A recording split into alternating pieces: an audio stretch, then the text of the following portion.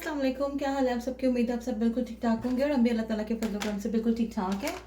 तो यहाँ पर मैं बना रही थी चने की दाल, क्योंकि रमज़ान में मुझे सहरी में अंडा रोज़ खा खा के हम लोगों को हम डन हो गए हैं। तो हमने कहा कि चलो कुछ सालन बना के रखते हैं। तो उसके लिए मैं बना रही थी चने की दाल और साथ में मैं बना रही थी शाम इफ्तारी के लिए पुलाव।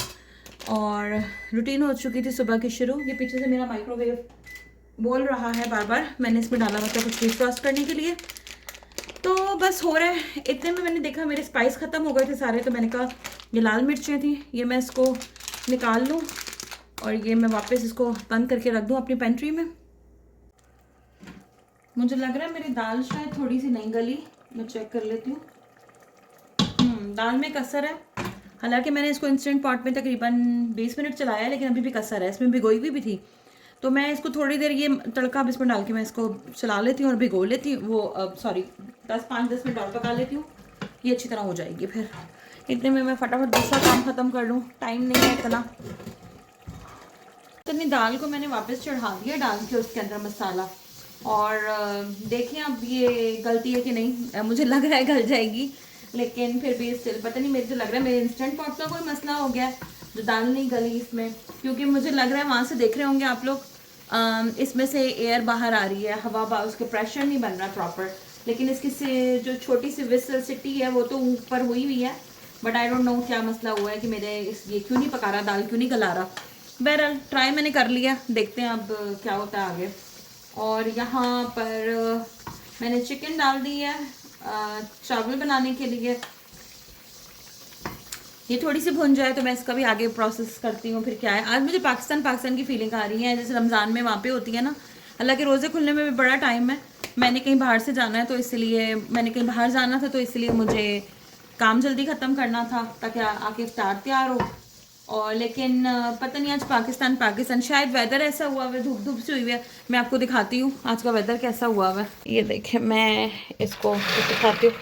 अच्छी खासी ना आज सड़ी हुई गर्मी हुई हुई है। लेकिन बड़ी हैरत की बात ये है कि कनाडा में इस किस्म का मौसम फरवरी में पहली बार हुआ है।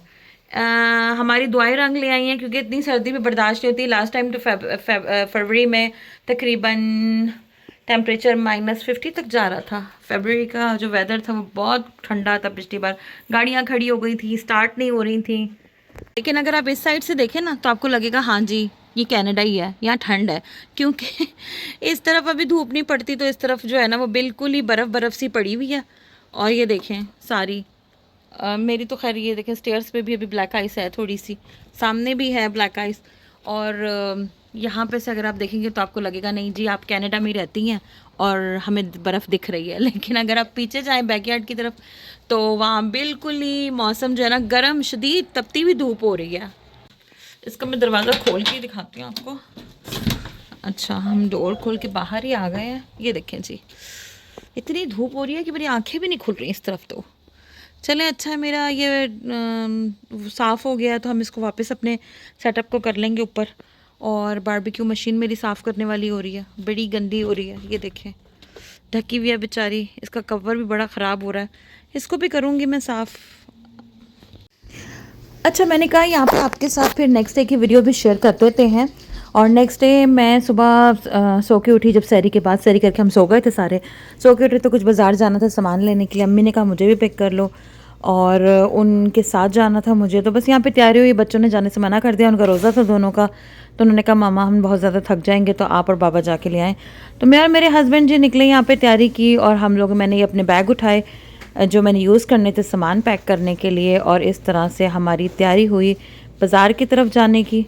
तो तकरीबन यहाँ पे आप देख रहे होंगे 1:30 बज चुके थे ऑलरेडी, और शाम को इफ्तार की दावत थी, वहाँ पे जाना था। तो बस निकले फटाफट ताकि जल्दी जल्दी काम ख़त्म करके जल्दी जल्दी टाइम पे वापस आ जाएं। तकरीबन 1-1.5 घंटा लगा, और 1-1.5 घंटे के बाद हमारा काम ख़त्म हो गया। और यहाँ पे देखें कुछ ग्रॉसरी हमारी आगे भी पड़ी हुई है, कुछ गाड़ी के डिग्गी में पड़ी हुई थी, और लेकर हम वापस आ रहे थे। पहले अम्मी लोगों को ड्रॉप करना था और फिर उसके बाद हमने घर वापस आना था। आते ही मुझे कुछ काम थे और काम ख़त्म करके तैयारी करनी थी, और फिर शाम को हमने जाना था इफ्तार पार्टी पे। बच्चों ने जाना था, मैंने जाना था, हस्बैंड ने जाना था, और मेरे पेरेंट्स ने भी जाना था। तो बस इस तरह हमारा दिन चल रहा था। घर में वापस आई तो मुझे अरहम ने कहा था कि उसने निहारी खानी है सुबह सहरी में, और उसकी मैंने कहा कि फटाफट मैं इसको बना के चली जाऊँ ताकि मुझे फिर रात में आके जो है वो इतना प्रॉब्लम ना हो। रात में सहरी इफ्तार करके आने के बाद तो मेरे अंदर बिल्कुल नहीं हिम्मत होती कि मैं किसी किस्म का भी काम करूं। जो थोड़ा बहुत काम रह जाएगा तो मैं कर लूँगी, जैसे मुझे दही वगैरह बनानी है तो वो मैं बना लूँगी, लेकिन मैंने कहा कि मेन सालन का काम जो है वो मैं अभी ख़त्म करके चली जाती हूँ। और यहाँ देखें फटाफट जी लहसुन छिल रहा था और इसको ब्लेंड करके मैंने नहारी का काम शुरू करना था और उसके बाद मुझे फ़ौरन से तैयार होना था।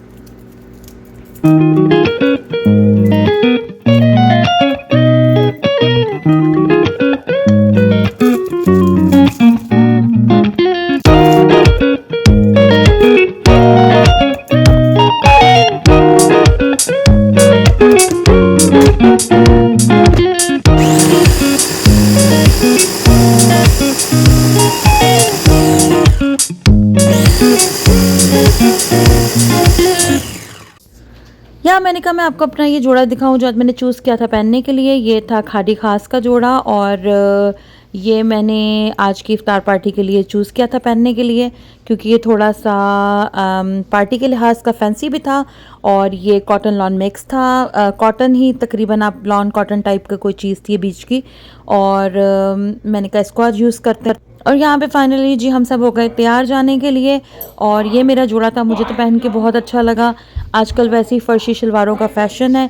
ये फ़र्शी शलवार तो नहीं थी लेकिन बहरहाल शलवार कुर्ता था जो कि बहुत ज़बरदस्त लगा। शलवारें वैसी ट्रेंड में वापस आ चुकी हैं, तो ये टाइम है कि आपके पास पुराने जितने भी शलवारें हों, सूट्स हों, वो निकाल के आप यूज़ करें।